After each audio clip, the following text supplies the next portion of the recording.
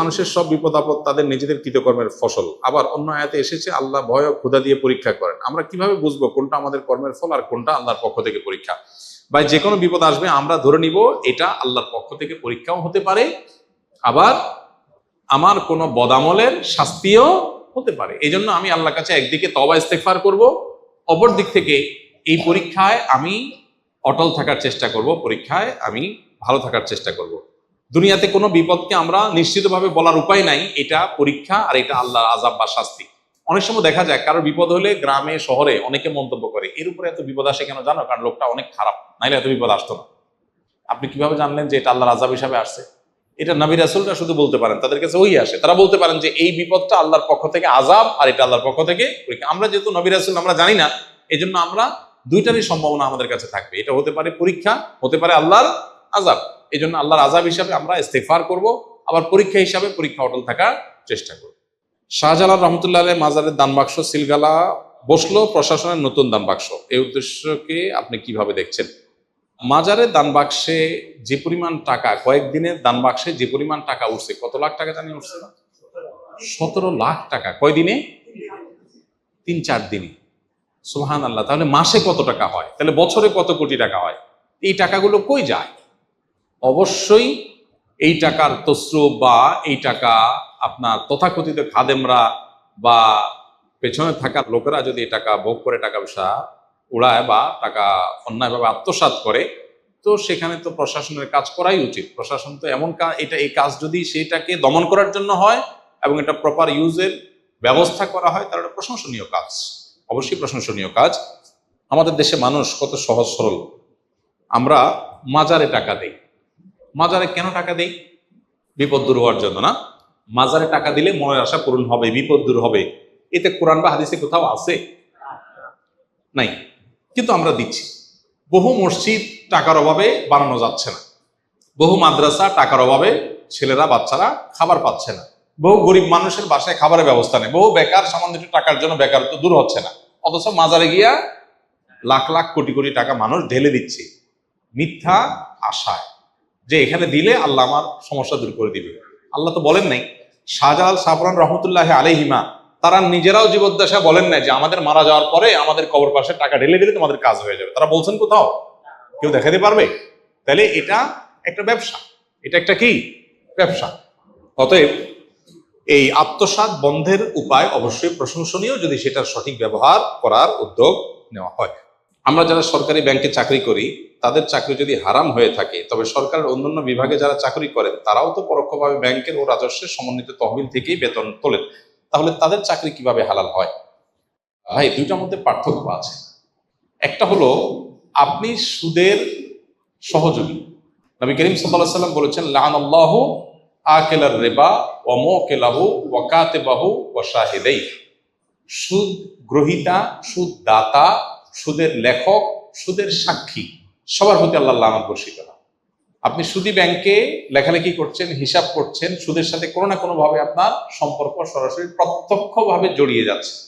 আর আরেকজন এমন কোনো কাজ করছেন, কাজটা হালাল ইটসেলফ, কাজটা কোনো হারাম না, তার বেতন বিভিন্ন সোর্স থেকে আসছে, সেখানে হালাল হারাম মিশ্র থাকতে পারে। এই দুটো এক জিনিস না, দুটা দুই জিনিস। সরাসরি আপনি কোনো হারামের সহযোগিতা করলে সেটা অবশ্যই হারাম এবং তার জন্য আল্লাহর কাছে দায়ী হতে হবে, গুনাহগার হতে হবে। কেউ যদি টিকিট ছাড়া ট্রেনে ভ্রমণ করে থাকে এবং পরবর্তীতে সে ভাড়ার টাকা পরিশোধ করতে চায়, তবে কিভাবে পরিশোধ করবে?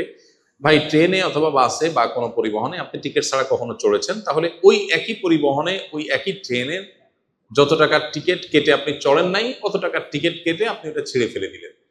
বিশেষ করে ট্রেনের স্ট্যান্ডিং টিকিট, যত টাকার টিকিটের ফাঁকি দিয়েছেন জীবনে, অত টাকার টিকিট স্ট্যান্ডিং টিকিট কিনবেন, দাঁড়ায় থাকার টিকিট, যেটা অন্যের হক নষ্ট হবে না।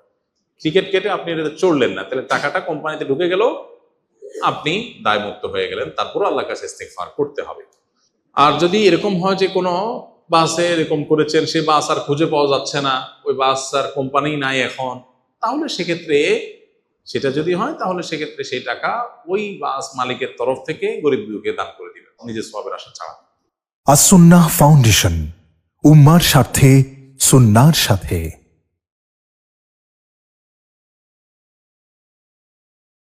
এই জন্য কেউ যদি আপনাকে ব্ল্যাক ম্যাজিক করেছে, তাবিজ করেছে, ক্ষতি করেছে এরকম মনে হয়, তাহলে আপনার কাজ হলো রুকিয়া করা। রাকি দিয়ে রুকিয়া করা যায়, কিন্তু ভালো হয় সেলফ রুকিয়া, নিজের রুকিয়া নিজে করবেন। আপনি বলবেন আমি কিভাবে করব? রাকিদেরকে বলবেন ভাই কি কি আয়াত পড়ে ফু দেন, ওই আয়াতগুলো আমাকে জানায় দেন, ওই লিস্ট অনুযায়ী দেখে দেখে আপনি পড়ে ফু দেন, ব্যাস দ্যাটস ইট। এটা রাকির মুখের আলাদা কোনো কারামতি নেই। কারামতি হলো কোরআনের, মজেজা হলো কিসের? কোরআনের। সো আমরা অনেকে এখানে ভুল ধারণার মধ্যে আছি, আমরা মনে করি না রাকিদেরকে দিয়েই রুকিয়া করাইতে হবে। হ্যাঁ, এটা ঠিক, রুকিয়াতে অনেক লম্বা কেরাত, লম্বা পড়তে হয়, সবাই সেটা পারে না, সেক্ষেত্রে রাকির সাপোর্ট নেওয়া যায়, কোনো অসুবিধা নেই। অনেক সময় অলসতা হয়ে যায়, নিজের দ্বারা হয় না, এই জন্য কাউকে আপনি সেট করলেন, ওকে রাকি দিয়ে করেন। কিন্তু রাকির মধ্যে কে ভেজাল, কে ভেজাল না, কে টাকার জন্য, কে ধান্দার জন্য, কে ফাঁকি দেয়, কে ফাঁকি দেয় না, আপনার সন্দেহ কনফিউশন আছে। আমরাও ব্যক্তিগতভাবে কাউকে সচরাচর অফিসিয়াল আমরা রেকমেন্ড করি না। এক্ষেত্রে সমাধান হলো নিজের রুকিয়া নিজে করা। আমার পরিচিত এরকম ভাই ব্রাদার আছে আলহামদুলিল্লাহ। আমাদের ইন্ডিয়ান নাহিদ ভাইয়ের কথা আমি বিভিন্ন সময় বলেছি যে ওনার বাসায় জিনের উপদ্রব বাচ্চাদের মধ্যে এমন এমন ডিস্টার্ব, শুনলো অবাক করার মতো। নাহিদ ভাইকে আমরা সবাই চিনি, আমাদের এই যে এখানকার এই বিল্ডিং এর স্ট্রাকচারাল ইঞ্জিনিয়ার উনি, আপনারা অনেকেই চিনেন। তো নাহিদ ভাই বলতেছিলেন যে কোভিড-19 সময় বলতেছিলেন, বলেন যে ভাবির কথা বলেন যে কোমড়া কেটে ফালি করে রাখছে এক পাশে, একটা আরেকটা কাটতেছে, কাটার পরে দেখে যে এটা নাই। নাহিদ ভাই এখনো বেঁচে আছে, জিজ্ঞাসা করতে পারে। আমাদের এই বিল্ডিং এর স্ট্রাকচার ইঞ্জিনিয়ার এখানে আসেন প্রায়, উনি বুয়েট পড়ুয়া ইঞ্জিনিয়ার, ওনার ওয়াইফ ভাবিও বুয়েট পড়ুয়া ইঞ্জিনিয়ার। তার ঘরে এই ঘটনা, বলে যে ডিম রাখা আছে ফ্রিজে, হঠাৎ করে দেখি ঘরের মাঝখানে মেজের মধ্যে ঠাপ করে পড়ছে। ওনার বাসা আমি গেছি একবার, বাসার ওই যে বারান্দার ওখানে ফুলের টবে ফুল গাছে ফুল ধরে আছে, বলে যে ফুল ছিঁড়ে নিচে ফেলা দিছে, বাচ্চারা দিছি মায়ের, ফুল ছিঁড়ছস কেন?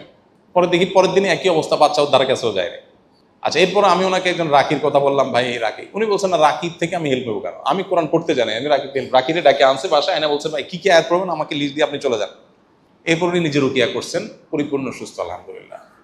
ভাইরা আমার, এই জন্য যদি কেউ এরকম আক্রান্ত হন নিজে রুকিয়া করবেন। এখন মুশকিল হলো আমরা আজকাল সবকিছু টাকা দিয়ে করতে চাই, আর রাকিরে 10,000 টাকা দিয়ে দিই, ভাই তুমি রুকিয়া করে চলে যাও, তো আমার কোরআন পড়ার টাইম নেই।